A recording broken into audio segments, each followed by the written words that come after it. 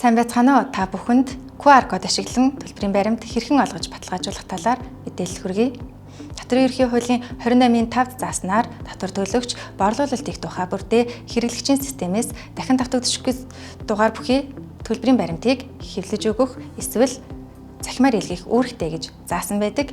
Тэгэхээр Монгол Улсын нутаг дэвсгэрт үйл ажиллагаа явуулан орлого олж буй хувь хүн хуулийн этгээд төлбөрийн баримт олгоно. Төлбөрийн баримт нь хоёр янзаар олгогддог. Нэмэгдсэн өртгийн албан татврын суудхан төлөгч буюу борлуулалтын орлого нь 50 сая-с дээш татвар төлөгчийн хувьд цуглааны дугаар бүхий нөөтийн буцан олголттой баримт олгодог бол харин зөвхөн цуглааны дугаартай баримтыг нэмэгдсэн өртгийн албан татврын суудхан төлөгч биш буюу 50 сая-с доош борлуулалтын орлоготой татвар төлөгч өгдөг.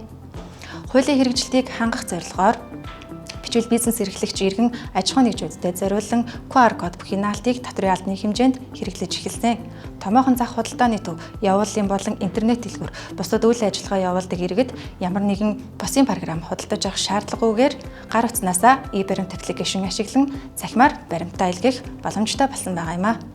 Ингээд та бүхэнд баримт хэрхэн үүсгэж баталгаажуулах зааврыг хүргэе.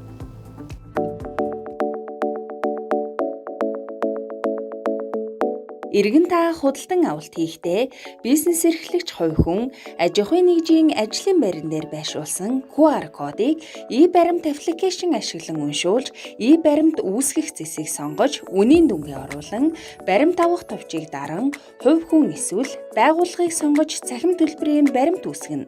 Хэрэв байгууллага дээр баримт авах бол байгууллагын регистрийн дугаарыг оруулан, зөв эсхийг шалган, тийм товчийг дарснаар цахим төлбөрийн баримт борлуулагч талд илгээгдэнэ.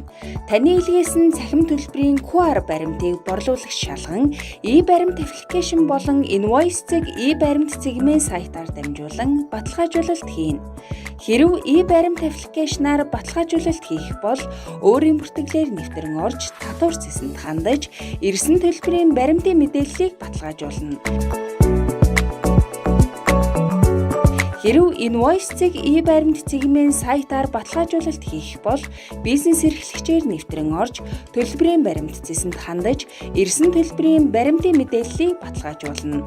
Борлуулагч баталгаажуулалт хийсний дараа цахим төлбөрийн QR баримт иргэн танд автоматар бүртгэгдэнэ. Иргэн та цахим төлбөрийн QR баримтаа аваарай.